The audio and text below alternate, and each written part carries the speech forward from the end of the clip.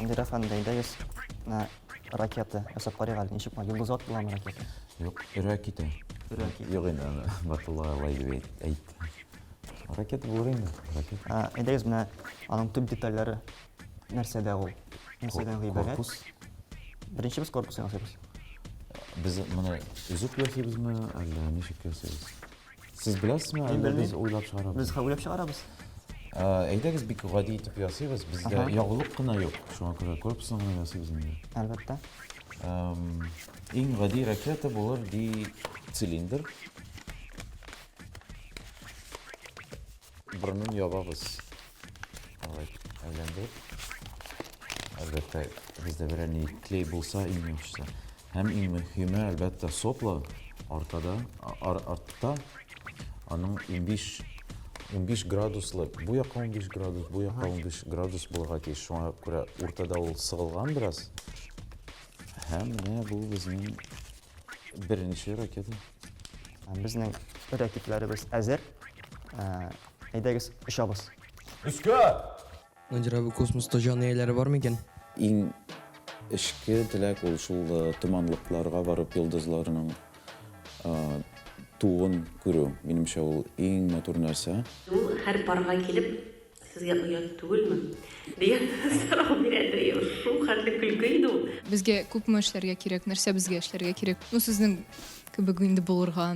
Аны ничек ясарга турында уйларга кирәк.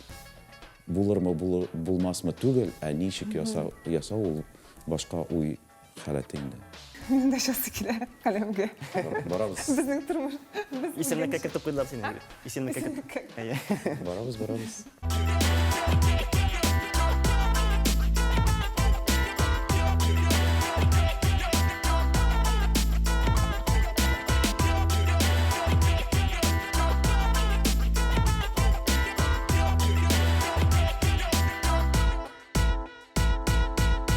Минем бүгенге тапшыруны студияда түгел, каядыр табигатьтә, урманда бәлки, тагын да яхшырагы йолдызлы күк астында язасы килә. Шулай булганда, ул тагын да табигырак булыр кебек иде. Күк җисемнәренең хәрәкәте кебек, елганың агышы кебек. Әмма нәрсә дисәң дә барыбер, без студияда булсак та, ул йолдызлы күк хәзерге вакытта безнең өстә, без аны күрмибез генә, иң мөһиме безнең янда Надир бар. Надир безгә ул йолдызларга юл ачучы кеше. Надир, хош килдең. Кисәмесез.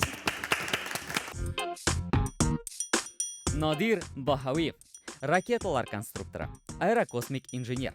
Казан шәһәрендә туа, 1999 елда Каига укырга керә. 2002 елда гаиләләре белән Америка Кушма Штатларына күченәләр. Анда Эмбри Ридл аэронавтика университетының бакалавриатын, 2012 елда Пердью университетының магистратурасын тәмамлап, аэрокосмик инженер һөнәрен үзләштерә. X-Core Aerospace һәм Mason Space Systems космик агентлыкларында эшли. 2013 елда Калифорния штатында Багавеев Corporation дип аталучы шәхси космик ширкәтен оештыра. Багавеев Corporation кешелек тарихында беренче тапкыр 3D принтерда бастырылган двигатель ярдәмендә хәрәкәтләнә торган ракета ясап чыгара. Мин Надирны 99 елдан бирле беләм. Шуннан соң мин ничектер күзәтеп барам менә. Аның 99 елда Ялкын журналында чыккан иде интервьюсы. 15 яшьлек чагында Симбил Гафарова эшләгән иде аны. Менә ул мәкалә, бу интервью. Надирның 15 яшьлек вакыты. Һәм менә шунда Надир турында язган Симбилнең сүзләрен укып китәсе килә. Надир Казандагы Шиһабеддин Мәрҗани исемендәге 2нче гимназияны быел тәмамлап, инде башка абитуриентлардан да иртәрәк Туполев исемендәге КГТУ Каиның 1нче курс студенты булырга да өлгергән. Хәзер егылмагыз, Надирга әле бары 15 яшь. Сәләткә инде 4нче тапкыр чакырыла. Ул компьютер алласы, әгәр булай дию гына саналмаса. Надир гаҗәеп кызыклы шәхес, яшь шәхес. Үзендә бөтелемей башлары бар. Теле әйтсә егылып китәсең инде. Нечкә юмордан башлап, ирония, сатира, гротескка кадәр. Надир менә бу 15 яшьлек Надир һәм бүгенге Надир нәрсә үзгәрмәде, нәрсә үзгәрде синдә? Хыялым шул ук, космоска барырга кирәк. Томанлыкларга барып, йолдызларның туын күрергә кирәк. Шуңа күрә хыялларым үзгәрмәде. Анысы иң кызыгы дип уйлыйм. Аңардан башка күбрәк опыт инде, тәҗрибә. Шул шактагы Надир турында тагын бер кешенең фикерен тыңлап китәбез. Хәсән Гафарова яздырып җибәрде. Надир белән без бер гимназиядә укыдык. Казандагы 2нче гимназиядә. Аннары ул сәләт лагерында минем сәлкешем иде. Һәм менә күз алдыгызга китерегез әле, сәләткә бөртекләп бала җыела, һәр берсе энҗе бөртегедәй.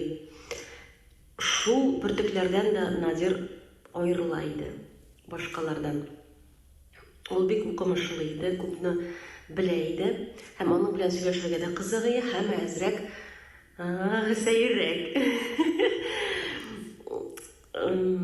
Мәсәлән, менә исеменә төшә, кичкә бит инде безнең дискотекалар була. Кызлар, җегетләр бергә бии башлар бер мәлне, һәм инде ул һәр парга килеп, сезгә оят түгелме? Дигән сорау бирә.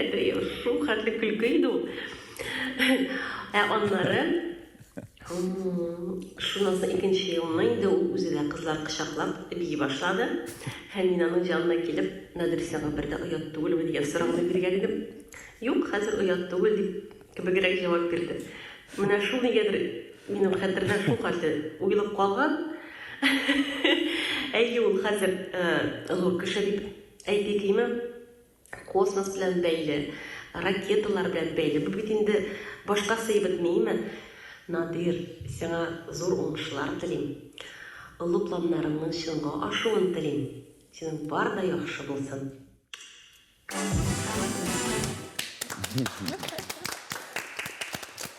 Хәзер дискотекаларда алып әйтеп йөрми бугайны Надир. Бала чактан яшүсмергә күчкәндә баш үзгәрә инде ул шуңа күрә.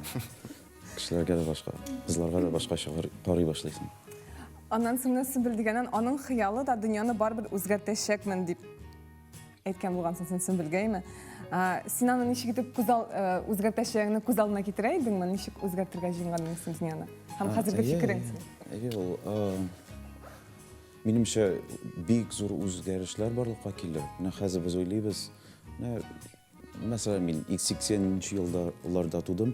Хәзерге 2020нче елларда дөнья бик каты итеп үзгәрмәде. Бераз машиналар, электр машиналар барлыкка килде, компьютерлар барлыкка килде. Әмма кеше тышка чыкса, 80нче елдан 2020нче елга караса, үзгәрешләр бик аз. Шул троллейбуслар, шул самолетлар, үзгәрешләр бик аз. Әмма безнең гомердә минемчә үзгәрешләр бик көчле була. Беренчедән космоска әлбәттә барабыз инде, бара башладык. Рәсәйдә дә, Америкада да, үзебездә, татарларда космосларга бара башлыйбыз. Минемчә кешенең гомере 80 елдан 250 елга кадәр үсә. Бәлки аннан да күбрәк, бәлки 5000 елга кадәр үсә. Һәм кешеләрнең фәлсәфәсе үзгәрәчәк. Без 5000 ел яши алсак, безнең тәнебез бик кыйммәтле булып китә. Хәзер без ярый, тиздән без барыбер киттек урамга, машиналар арасында йөрик. Кеше 5000 ел яшәсә, ул инде машина янына якын да килмәс. Гомер шул хәтле кыйммәтле булыр дип уйлыйм.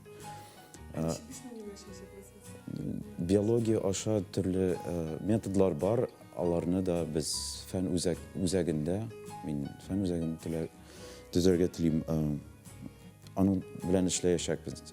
Беренчедән ДНК-ны кире яшь халәткә кайтару һәм аны кире тәнгә кайтару. Безнең ДНК һәр ел үзгәрә, ул кыскара башлый. Аның иң ахырында теломерлар дигән кечкенә код бар, ул һәр бер бүленү белән кыскара. Без аны модификацияләп, кире озын итеп ясый алабыз да. Иң зур проблема ул аны кире ничек тәнгә кайтарып, һәрбер күзәнәкнең ДНК-сын кире ничек алыштырырга. Аннан башка, мәсәлән, органнарны үстерә башладылар. Шул ук яшь ДНК-ны алып, яшь органны үстереп, үзеңнең карт органнарны алыштырырга мөмкин. Аннан башкарак методлар бар, алар турында бераз әле сөйләшергә әзер түгел. Әмма методлар бар, аның турында кемдер бик фокуслап эшләргә тиеш. Анысы бәлки мин булырмын да. Аның өчен без татар фән үзәген ачарга телибез. Анда физика, биология, оптик санаклар түзейбіз. Һәм ул бөтенесе бер зур максатка, ул йылдызатка звездолет төзү өчен бара. Ул программа озын 50 ел программасы. Һәм шул программа эчендә бәлки 10-15 елда без шул гомерне озынайта алырга өйрәнә алырбыз дип уйлыйм. Шуңа күрә безнең гомердә, минемчә, бөтен нәрсә бик көчле итеп үзгәрер. Без хәзер Марска түгел, галактиканың уртасына бару турында уйлый башларбыз. Башка йылдызлар гына түгел, менә галактиканың уртасына барыйк, бәлки башка галактикалар турында уйлый башлыйк. Бөтен фәлсәфә бик көчле итеп үзгәрер. Кеше дөньяда, мәсәлән, шул 5000 ел яшәсә, ничек бөтен нәрсә үзгәрә. Без 5000 ел яши алсак, бәлки без 5 миллиард ел яшәргә тиешбез. Аннан соң без бәлки галәмнең азагын да күрә алырбыз дип уйлыйм, бәлки.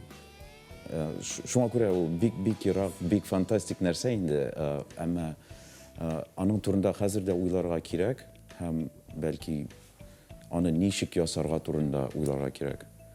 Булырмы, булмасмы түгел, ничек ясау ул башка уй халәте инде. Минем бер укытучым әйткән иде, әгәр дә кешенең башына ул фикер килгән икән, димәк аны эшләп була. Эшләп булганга килә ул фикер дип. Синең кебек уйлаучы кешеләр күбрәк кирәктер. Һәм без икенче төрле менә галәм турында күбрәк, бәлки без кайвакыт уйларга да куркабыз нәрсә турындадыр. Шуңа күрә ул бәлки эшләмидер дә, ничектер. Берләшергә дә кирәк. Минем кебек уйлаучы физиклар, биологлар, конструкторларны бергәләп җыеп, конструкторлар бюросын һәм фән үзәген төзәргә кирәк. Сез дә әзерләнгез. Сезгә дә пилотлар, конструкторлар кебек эш булыр, фәнни кешеләр кебек эш булыр.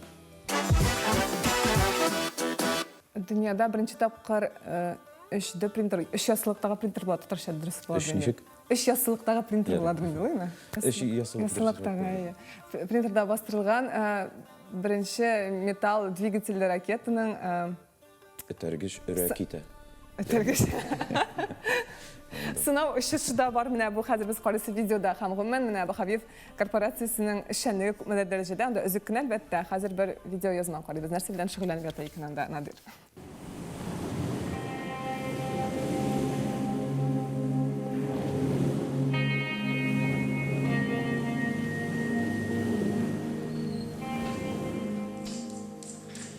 I started a company called Bagavit Corporation, and we build rockets. This is a rocket launch that we did 18th of April 2015 in Mojave Desert in California. In history, this was the very first rocket that ever flew on 3D printed rocket engines.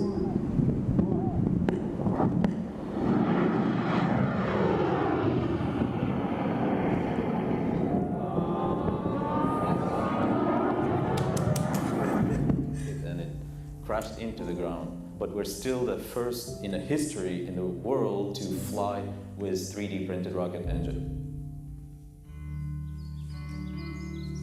Earth is finite, meaning it has only 12,000 kilometers in diameter. As a scientist, scientists also go either to become smaller, look at electron microscopes into smaller and smaller things, or go larger and larger to understand how life appeared, how universe appeared. The hardest thing is there are no books that tell you how to build rockets using 3D printing. So we have to experiment ourselves. We have to invent new ways of doing this.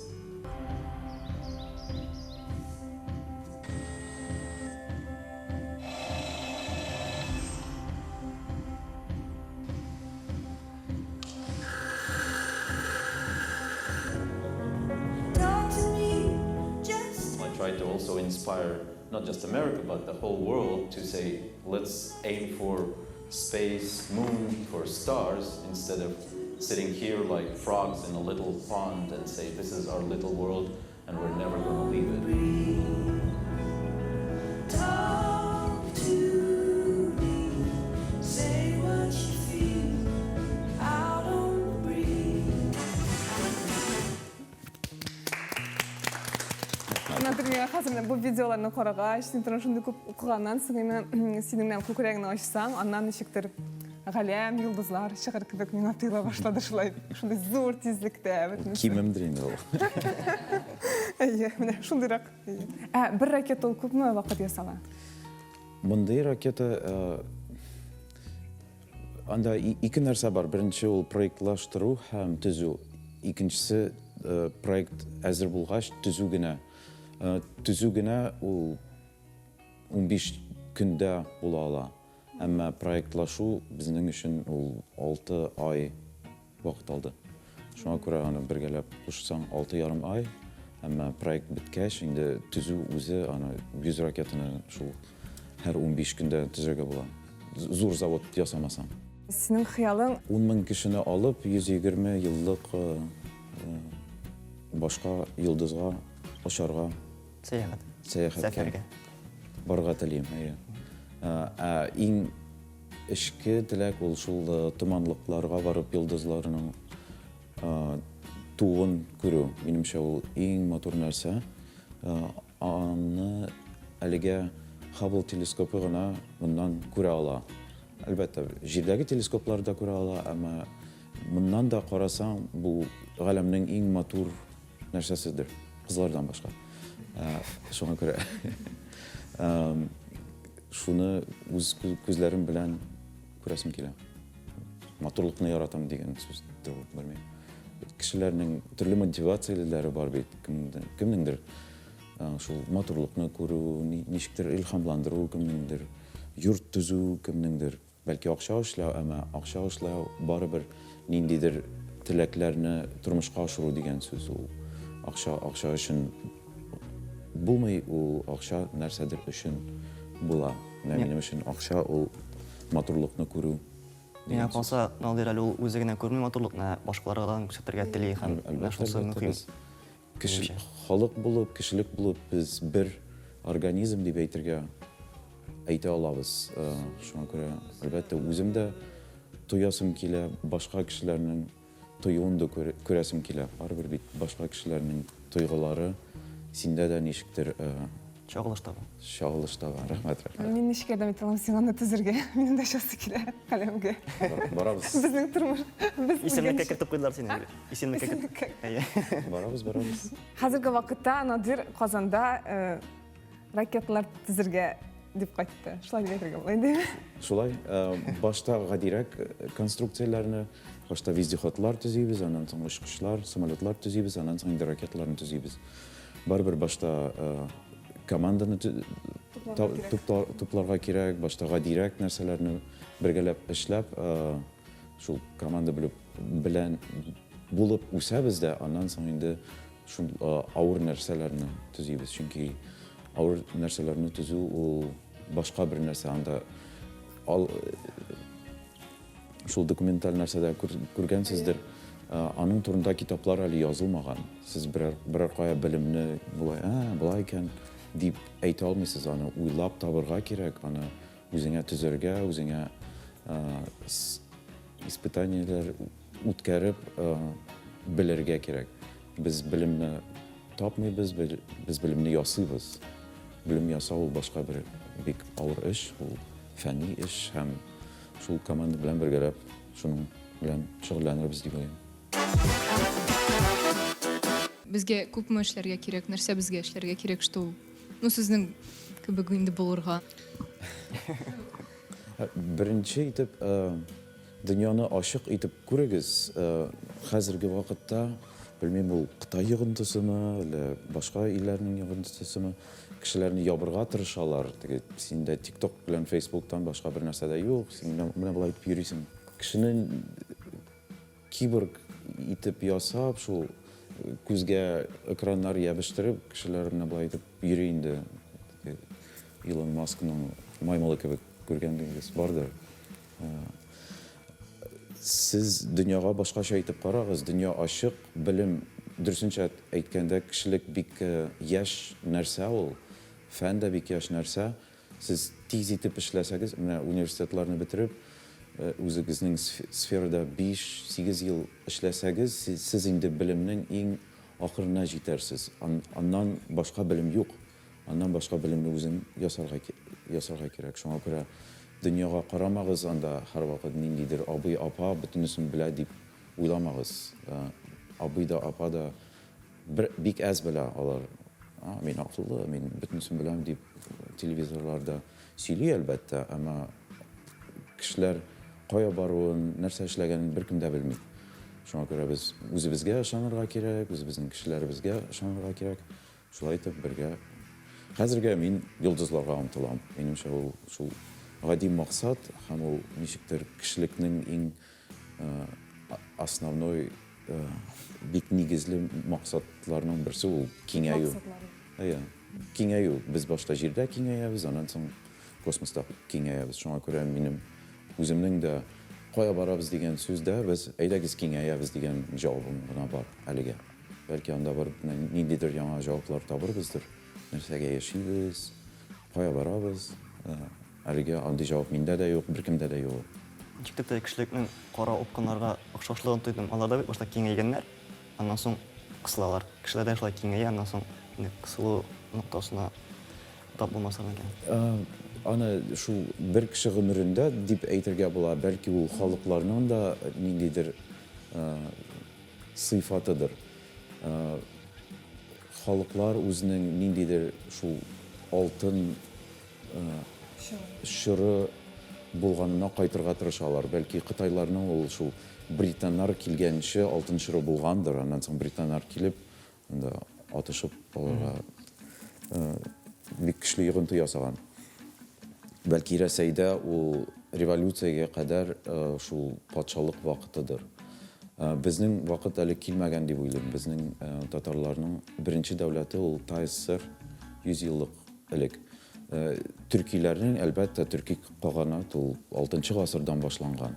Шуңа күрә без үзебезне төрки дип санасак, шул 6-нчы гасырдан башлыйбыз. Татар дигән сүз беренче тапкыр дәүләт исемендә ул ТССРда гына барлыкка килгән. Шуңа күрә безнең татар дәүләтләребезгә ТССР белән Татарстан Республикасына 100 генә ел. Шуңа күрә безнең юлыбыз әле зур, ерак, бик күп итеп кызык нәрсәләр алда дип уйлыйм. Без әле 1000 ел яшарбыз, анда Андромеда татарлары булыр. Сезнең яраткан әкиятегез нинди? Бәлки Экзюпериның Кечкенә принц әкият дип әйтергә була, әмма шул ук вакытта ул күбрәк хикая кебек нәрсә инде. Күбесенчә шул Экзюпери язмалары, аны тагын Цитадель дигән бер китабы бар. Анысы инде әкият түгел, әмма ул бик кызык. Әкият дигәннән мин Надырның Антимасфула Шамсетдинова, безнең композитор. Һәм аның сайтына кирдем дә һәм шунда Надир белән аның абыйсының кичкенә чакта сөйләгән сүзләре анда язып куйган икән Мәсгудә апа. Карагыз, мин исем китеп укыдым, анда шундый күп, шундый кызык. Хәзер менә монсаның шундый философ икәнен, фәлсәфәче икәнен күрсәтә. 10 яшында әйткән ул аны. Ничто не сопротивляется человеку, кроме самого человека, или все подчиняется человеку, кроме человека. Хәзер мин бәлки башкача бераз уйлыйм. Минемчә табигать ул һәрвакыт сиңа каршылык ясый. Әмма шул ук вакытта шул каршылык сиңа форма бирә. Һәм монда мин Экзюперине кабатлыйм. Менә мәсәлән, диңгездәге бара торган карап. Диңгез аңа һәрвакыт комачаулый, әмма диңгез аша барыр өчен карабның формасы шундый.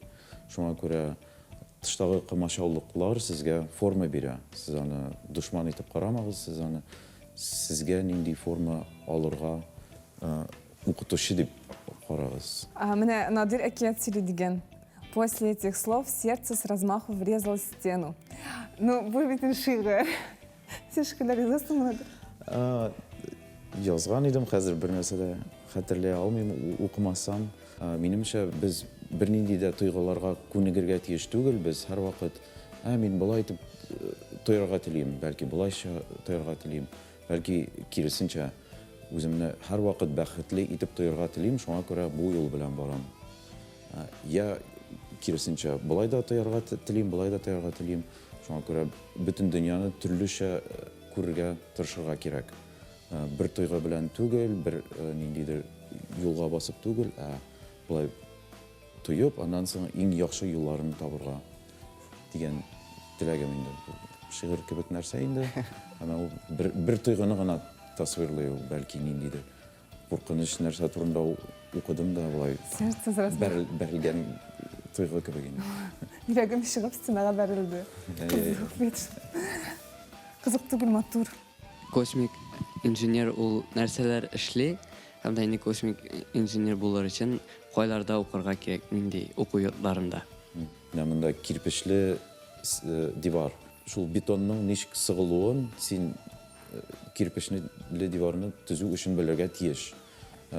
Космоска очыр өчен син бакларны төзәргә тиеш. Ягулык өчен бак. Анда шул ук кагыйдәләр, әмма бетон урынында синдә алюминий я башка бер материал. Син нинди көчләрне кулланасың, бәлки ягулыкны яндырып, шул газга әверелдереп, этәргечтән ташлыйсың да, синең ракета уша. Шуңа күрә химияны көчле итеп белергә кирәк, материалларны көчле итеп белергә кирәк, һәм управление. Ракета белән идарә итү, автоматизация инде. Автоматлар, компьютерлар синең ракетаны ничек очырта. Космоста булганда син һәр вакыт җиргә ничек нәрсә белән карыйсың, син барыбер бит ориентирлашырга тиеш.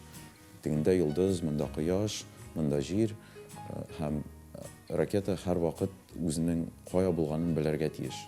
Әлбәттә, Казанда булган КАИ иң яхшысы дип уйлыйм. Башка химик технологик институтта химияны өйрәнергә була. Аннан башка инде Самардагы университетлар, Мәскәүдәге университетлар, Бауман, МАИ, Самардагы исемен белмим, әмма анда космик нәрсәләрне өйрәтәләр. Һәм әлбәттә, Рәсәй тышында, Америкада ул MIT, Massachusetts Institute of Technology, ракетларны белер өчен Purdue University. Надир абый, космоста жан ияләре бармы икән? Акыллы бәндәләр бар микән дигән сүзгә әйе бардыр, әмма алар безнең белән контактта түгелдер дигән уйлау бар миндә. Бөтен җирдә галәм бергәләп прогресс бара дип уйлыйм. Миндә аны исбатлауы юк.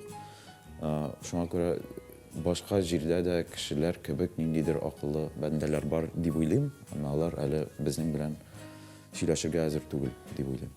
Надир, рәхмәт, синең бер туктамый сөйләшеп утырга була. Сөйләшербез әле. Кадет тапшыру бүгенгә тамам. Хушыгыз. Сау булыгыз.